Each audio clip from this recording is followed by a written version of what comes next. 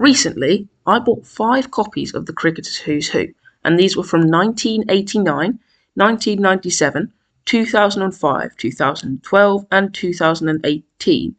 And this is mainly because I am just a cricket badger and I love looking through these books. If you don't know what the Cricketers Who's Who is, it is a book with player profiles for every county cricketer in England at the time. As well as telling you the stats of each player, there are small interviews with lots of the players, and they have a few specific questions which get swapped for every few players. And recently I was looking through the 2018 copy, and one of the questions was, which young opposition player has impressed you the most? And I totalled up all the responses manually, took ages, and in this video I'm going to show you which players were most chosen and where they've ended up 7 years later. First, I'll go over the top 10 players that got the most votes, and then I'll go over some unexpected people who got votes and fun things I found. But before I start, make sure to like and subscribe if you like my videos, and let's get straight into it. At number 10, Haseeb Hameed. In 2018, 21-year-old Haseeb Hameed had already made almost 2,400 first-class runs and had played 3 tests for England, in which he averaged over 40. You can see why Hameed was such a hot prospect, because he looked like England's next classical opener.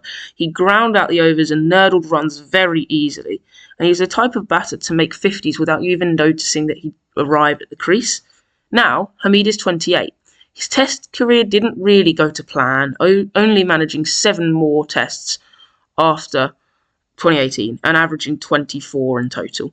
However, he has become a first-class stalwart, captaining Nottinghamshire and scoring a total of over 8,400 first-class runs. And this year, when Nottinghamshire have won the county championship, Hameed has been in charge, which has been a huge success for him. He's averaged over 65 as well. Number 9, Mason Crane. Crane is a leg spinner born in Wales. In 2018, Crane has just played his first test, bowling 48 overs and taking 1 for 193. Bit of a painstaking debut. Crane has now taken 387 wickets in all formats, being especially good in the T20 one. He's a Vitality Blast mainstay in the last 2 seasons of the competition. He's averaged under 20 with the ball, with some decent economy rates. Crane didn't add to his 2 international matches after 2018, but has built himself a solid name in the Blast and the 100. Number 8, Dan Lawrence. Lawrence, who was then 21, has now played 14 tests and appeared in franchise leagues in Australia, Pakistan, England and Dubai. In 2018, Lawrence was making a name for himself in county cricket after averaging almost 43 in his first 40 first-class games, including a massive 7 tons. Sadly for him, Lawrence is another player who can be classed as not quite international level, along with Hameed. His test career has been far from a success. 7. Ollie Pope. England's current number 3, Pope has played 61 tests and averaged just over 35, scoring 9 centuries for England, including his most memorable knock, 196 against India, to help England to victory despite a huge first innings deficit. In 2018, Pope was just starting his county career, but impressing enough to make his test debut late in 2018. Pope has been involved in a bit of controversy, with many thinking he's not quite good enough for the test side, but has received a lot of backing from Stokes, his captain, and selectors, meaning he is still England's first choice number 3 at the time of writing. 6. Joe Clarke. In 2018, a 21-year-old Clarke had already established a county career, having scored 900s in his first 47 first-class games, averaging 41. He was getting special attention, though, for his T20 endeavours. In the 2017 Vitality Blast, Clarke averaged 30+ with the bat and had an unbelievable strike rate of 183. Sadly, Clarke hasn't had the England opportunities that some may say he's kind of deserved. Despite this, Clarke has cashed in T20 franchises worldwide and made himself a name for himself in the championship as a prolific run-scoring wicketkeeper batter. 5. Jamie Porter. Arguably the most prolific seam bowler to never get an England gig. Porter has taken over 500 championship poles at a ridiculous average of 23. Porter has taken his wickets at under 20s in 2024 and 2023, topping the wicket-taking charts in Division 1 last year. Porter is known for moving the ball both ways with seam and swing, but his relative lack of pace has meant England have never capped him. In 2018, Porter had broken onto the scene after leading the Essex attack as they won the championship in 2017, taking 75 wickets at an average less than 17. Number 4, Max Holden. A batter who has struggled to live up to his potential, Holden has averaged a meagre 31.6 in his 100-plus first-class games. He's been in the T20 format where he's found success, with a strike rate of 146 in the Blast and a standout last few seasons. This season, Holden is cashing in on his talent, having notched almost 900 runs at the time of writing in the championship. In 2018, Holden was coming off a strong county campaign, scoring 629 runs at an average of 39, but sadly, he hasn't managed any senior England caps in his career so far. Number 3, Josh Tongue. A Bazball England recruitment, Tongue has come into the national side based on his pure pace and ability to bowl the occasional unplayable delivery. Tongue has proven himself to be erratic, having an economy rate of above 4 in test matches, but was invaluable for England in their recent series versus India, taking 19 wickets. In 2018, Tongue was coming off the back of a breakout 2017, which included 47 first-class wickets for Worcestershire, helping them to promotion into Division 1. Number 2, Sam Curran. Described as having a golden arm by commentators, Sam Curran is an England white ball star. Curran has played almost 100 white ball games for England, taking 90 wickets and scoring almost 1,000 runs in the process. Curran has struggled economy-wise, but often bowls at the top and tail of the innings, the most difficult time to bowl. Curran is mainly known for his T20 skills in leagues like the IPL, the 100 and the SA20. Curran has been a statement for teams to get on board. This is due to his knack to pull an unbelievable match-winning performance out of nowhere.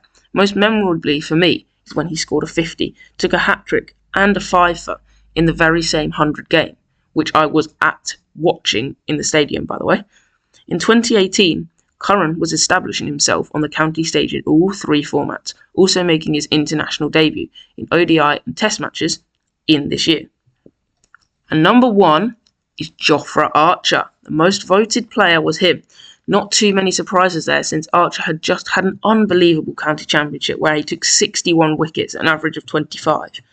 Archer made his Test debut a year later, and since then he has disappointingly struggled with injuries, but recently made his England comeback in all 3 formats highly successfully. In 2025, 9 wickets in 2 Test matches, 15 in 7 ODIs and 9 in 6 T20Is highlights his great comeback to cricket. Crazily, in 2017, Archer was a fully fledged all-rounder. He'd averaged 45 in the county championship with the bat, strike rate of 88 as well.